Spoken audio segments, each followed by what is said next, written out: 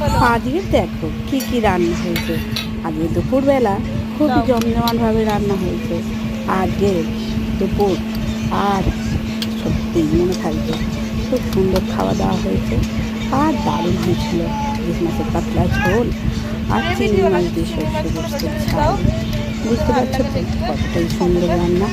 আর আমার মনে হয় এইরকম রান্না প্রায় আমার বন্ধুরা সবাই ভালোবাসে, আর আমি কেন বাদ যাই বলো। তাই আমিও করে ফেললাম আজকে। আজকে সত্যি রান্নাগুলো খুবই সুন্দর হয়েছিল। তারপরে যদি থাকে ইলিশ মাছের পেটে, তার সাথে করেছে একটু অল্প লোটে ঝাল। আমি কিন্তু লোটের পাতলা ঝোল খাই না, কারা কারা খাও আমাকে কমেন্ট করে জানিও। আমি লোটের ঝাল করি ঝুড়ো ঝুড়োর মতন, একদম রস একদম তেল তেল মতন থাকবে, এইরকম করি কষা কষা মতন পেঁয়াজ রসুন টসুন আদা দিয়ে কষা কষা রান্না করি। তোমরা কে কে এরকম ভালোবাসো খেতে আমাকে জানিও। আজকে তাই বলছি, আজকে দুপুরটা সত্যি জুড়ে গেল। সত্যি এত সুন্দর মাছটা, সত্যি ছোটো হোক কিন্তু স্বাদ খুব দারুণ ছিল।